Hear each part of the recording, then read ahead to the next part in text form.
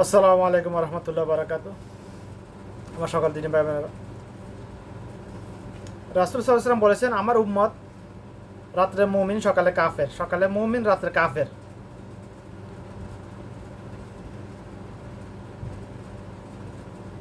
অর্থাৎ এই কথার তাহকিক হলো, ব্যাখ্যা হলো যে মানে আদম সন্তান জানে না যে কখন তার কথার মাধ্যমে কখন তার ইমান চলে গেছে, এটা জানে না, বুঝতে পারে না। অর্থাৎ আমাদের কথার মাধ্যমে আমাদের ইমান চলে যায়। এই কথার পরিপূর্ণ তাহকিক হলো এটাই, ব্যাখ্যা হলো এটাই। শুধু একটা হাদিস আরবি পড়তে পারলাম, এটার অর্থটা বলতে পারলাম, এতটুকু এখানে সীমাবদ্ধতা নয় কখনো।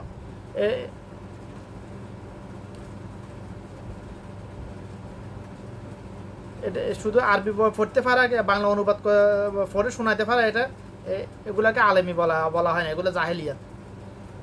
যদি তাকিক না বোঝা হয়, বুঝতে পারে। এখানে আল্লাহ রাসূল সাল্লাল্লাহু আলাইহি ওয়াসাল্লাম বলতে চাইতেছে, চেয়েছেন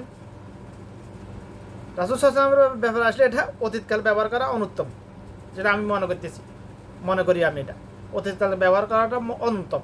আমাদেরকে এমনভাবে এটা মনে করতে হবে, এটা বর্তমান কাল আমাদের জন্য। আবার ফেরকাবাজি করবেন নাকি আবার এখানে? কে রাসূল সাল্লাল্লাহু আলাইহি ওয়াসাল্লাম এখন কি দুনিয়াতে জীবিত আছেন নাকি? ওসব ফেরকাবাজি করবেন না। যাই হোক, যেটা বলতেছিলাম, আল্লাহ রাসূল সাল্লাল্লাহু আলাইহি ওয়াসাল্লাম বলছেন, এই হাদিসের পরিপূর্ণ ব্যাখ্যা হলো, তাহকিক হলো যে আমরা দৈনন্দিন যে আমরা যত কথা বলি, আমরা জানি না যে আমরা কখন আমার কথার মাধ্যমে কখন আমার ইমান চলে যায়, এটা আমরা জানি না বেশিরভাগ মানুষ। অর্থাৎ ইমান চলে যেতে পারে, যাবার সুযোগ আছে। কোনো শিরকি কথা বললে, বিদাতি কথা বললে, আল্লাহ কোরআন হাদিসের বিরোধিতামূলক কোনো কথা বললে, কোরআনে কোনো আয়াতকে রদ করার জন্য কথা বললে, ডাইরেক্ট আমি কোরআনে আয়াত মানি না, ডাইরেক্ট আমি এই হাদিসটা মানি না, যদি এরকম বলে ইমান চলে যায়। তুমি এনে হাদিস মানতেছো না, ওটা এক হিসাব। যদি ডাইরেক্ট বলো আমি এই হাদিস মানি না, এটা অন্যায়, তাহলে ইমান চলে গেছে, সাথে সাথে ইমান চলে গেছে, তুমি কাফের। যদি বলো আমি কোরআন আয়াত এটা আমি এটা মানি না, এটা অন্যায়, এটা নাউজুবিল্লাহ, তোমার ইমান চলে গেছে সাথে সাথে। শুধু মা কালীকে সেজদা করলে, হিন্দুদের মতো পূজা করলে শুধু ইমান যায় না ভাই। গরুর পূজা, শিবের পূজা, শিবলিঙ্গের পূজা, মহাদেবের পূজা, কৃষ্ণের পূজা, শুধু পূজা করলে ইমান যায় না। শুধু মাজারে গিয়ে সেজদা করলে ইমান যায় না, এই ইমান কথার মাধ্যমে ইমান চলে যায়। এই জন্য আল্লাহ রাসূল সাল্লাল্লাহু আলাইহি ওয়াসাল্লাম বলছেন, আমার উম্মত যেন রাতে ঘুমানোর পূর্বে আগে, ওই হাদিসের অংশ যে আমার উম্মত রাত্রে মুমিন, সকালে কাফের, সকালে মুমিন, রাত্রে কাফের।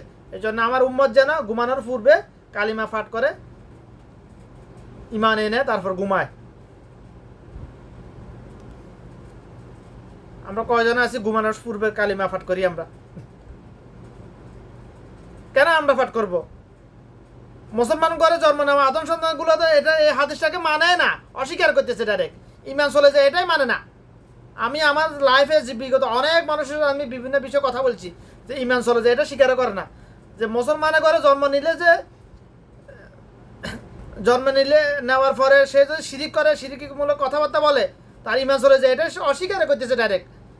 মুসলমান ঘরে জন্ম নেওয়া আদম সন্তান ডাইরেক্ট অস্বীকার করতেছে ভাই। কার সাথে? আপনাদের সাথে করতেছে না, আমার সাথে ডাইরেক্ট অস্বীকার করেছে এ পর্যন্ত অনেক লোক। নাম নিলে ফেতনাবাজি শুরু হবে, যেন নাম নিতেছি না আমি। ডাইরেক্ট অস্বীকার করতেছে যে ইমান চলে যায়, এটা যে ইমান যায় না। তোরা মনে করে ইমানে যায় না। মুসলমান ঘরে জন্ম নেওয়া আদম সন্তানগুলো মনে করে আমাদের ইমান রড সিমেন্টে ঢালাই করা বিল্ডিংয়ের ফাউন্ডেশনের মতো। আর ভাঙলে বিল্ডিংয়ের উপরের সাইডে না ভাঙবো, বেশ কি আর ভাঙে নাকি? বেশ তো মাটির তলে চাপা দিয়ে থাকে। আমাদের ইমানও ওইরকম মনে করতেছে মুসলমান ঘরে জন্ম নেওয়া আদম সন্তানগুলো। না, ইমান ওইরকম নয় ভাই। বিল্ডিংয়ের ফাউন্ডেশন বেসের মতো রড সিমেন্ট ঢালাই করা নয় ইমান। ইমান আপনার কথার কর্মের দ্বারা ইমান ফিরে আসবে, কথার কর্মের দ্বারা ইমান চলে যাবে। যারা বলে আমরা শরিয়ায় মানি না, আমাদের দলের কেউ শরিয়ান মানে না, আমাদের দলের মধ্যে কোথাও শরিয়ান নাই, তারা কি ইমান দেয় না? তাদের কি ইমান আছে কিনা? ইমান নাই তাদের। আল্লাহ রাসূল সাল্লাল্লাহু আলাইহি ওয়াসাল্লামের কথা অনুযায়ী তাদের ইমান নাই ভাই, তাদের ইমান নাই। তারা সারা জীবন যদি বলে লম্বা টুপি একটা লাগিয়ে জুব্বা একটা গায়ে দিয়ে যদি বলে আমি মুসলমান লাভ হবে না যদি সে তওবা না করে, যদি ইমান না আনে। কিন্তু আফসোসের বিষয়, ভুল তো আমরা মানুষও করে, শয়তানও করে ভুল। বাবা আদম মা হাওয়া ভুল করেছিল, শয়তানে ভুল করেছিল। বাবা আদম মা হাওয়ার আর শয়তানের মধ্যে পার্থক্য কি? বাবা আদম মা হাওয়া ভুল করেছে, পরবর্তীতে যখন হুঁশ এসেছে ওই ভুলের স্বীকৃতি দিয়ে আল্লাহর কাছে মাফ চাইছে, এই জন্য আল্লাহ মাফ করে দিয়েছে। আর শয়তানের কাজ ধর্ম কি? শয়তান ভুল করেছে, ভুলের স্বীকৃতিতে নাই, মাফা চাই নাই, এই জন্য আল্লাহ মাফ করা। শয়তান জাহান্নামী, বিতাড়িত শয়তান জান্নাত থেকে বিতাড়িত করে দিয়েছে, শয়তানকে বের করে দিয়েছে আল্লাহ পাক।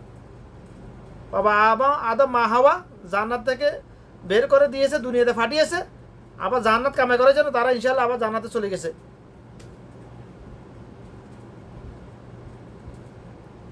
মানুষের শয়তানের মধ্যে পার্থক্য শুধু একটাই। আমার এই সংক্ষিপ্ত এলেম জীবনের মধ্যে যতটুকু এলেম আল্লাহ পাক আমাকে এ পর্যন্ত দিয়েছে, আমি শুধু একটাই পার্থক্য পাইছি মানুষের শয়তানের মধ্যে।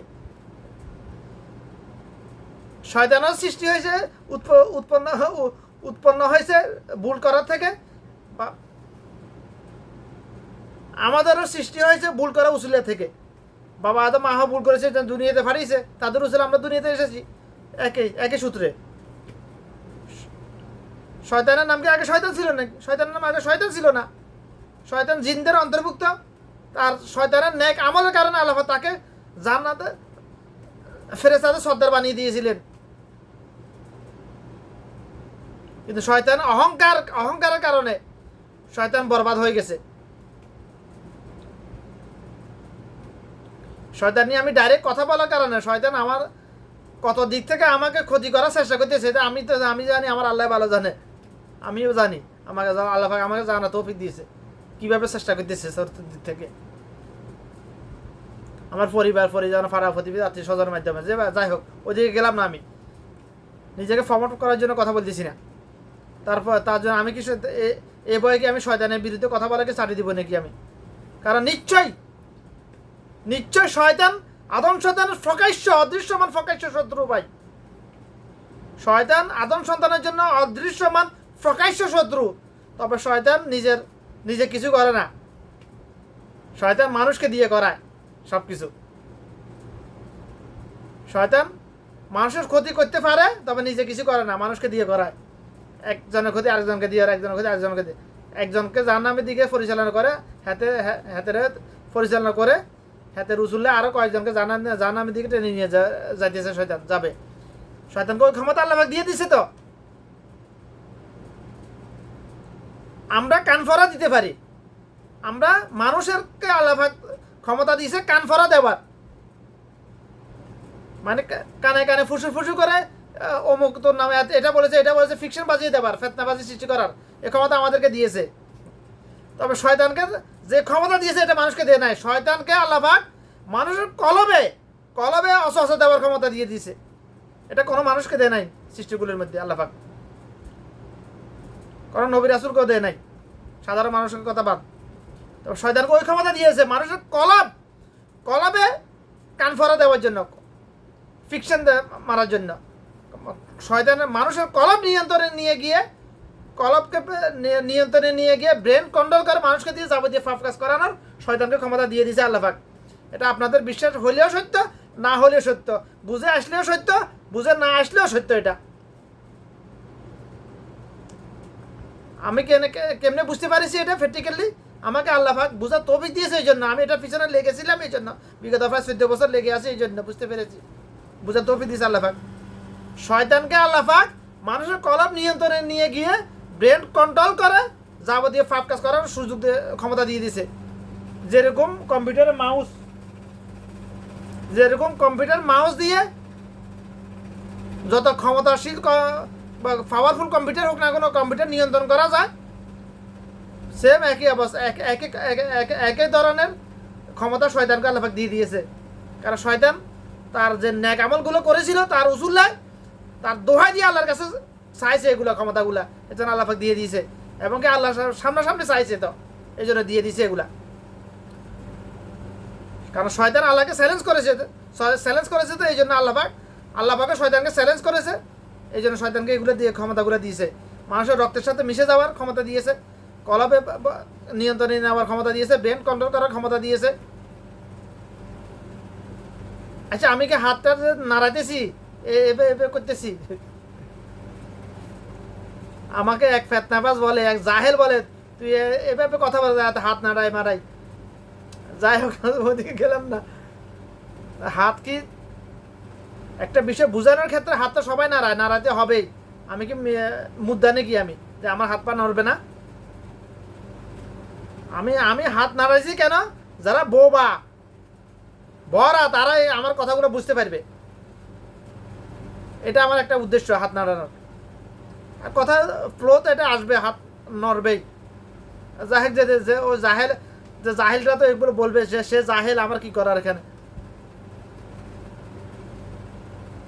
শয়তানকে আল্লাহ পাক ক্ষমতা দিয়ে দিয়েছেন এগুলা। একজন মানুষ একজন মানুষও ক্ষতি করতে হলে তার সামনাসামনি যেতে হবে, তার গায়ের সাথে মিশতে হবে আঘাত করতে হলে। কিন্তু শয়তানের আল্লাহ পাক ক্ষমতা দিয়েছে দূর থেকে মানুষকে ক্ষতি করতে পারে। এই জন্য আমি কোরআন হাদিসের সারাংশ বলতেছি এখানে। ব্যাখ্যা দিতে গেলে তো অনেক লম্বা সময় ব্যাপার। ব্যাখ্যা দেওয়ার ক্ষমতা আমার কি আছে নাকি, যদি আল্লাহ তৌফিক না দেয়? নিশ্চয় শয়তান আদম সন্তানের জন্য অদৃশ্যমান প্রকাশ্য শত্রু। আমরা শয়তানকে শত্রু মনে করি নাকি? না, হারামও না। আদম সন্তান শয়তানকে শত্রু মনে করতেছে না। আদম সন্তান শয়তানকে শত্রু মনে করতো।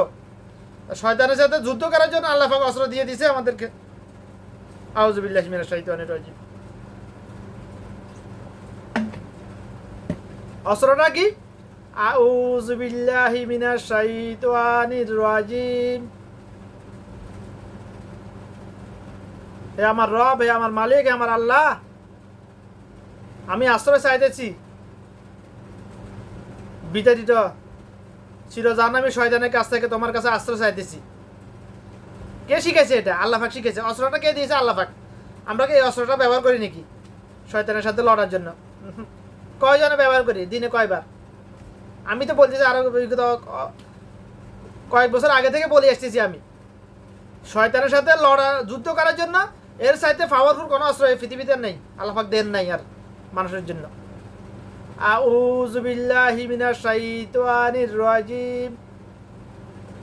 প্রত্যেক সূরার তেলাওয়াতের শুরুতে কেন এটা পড়া লাগে?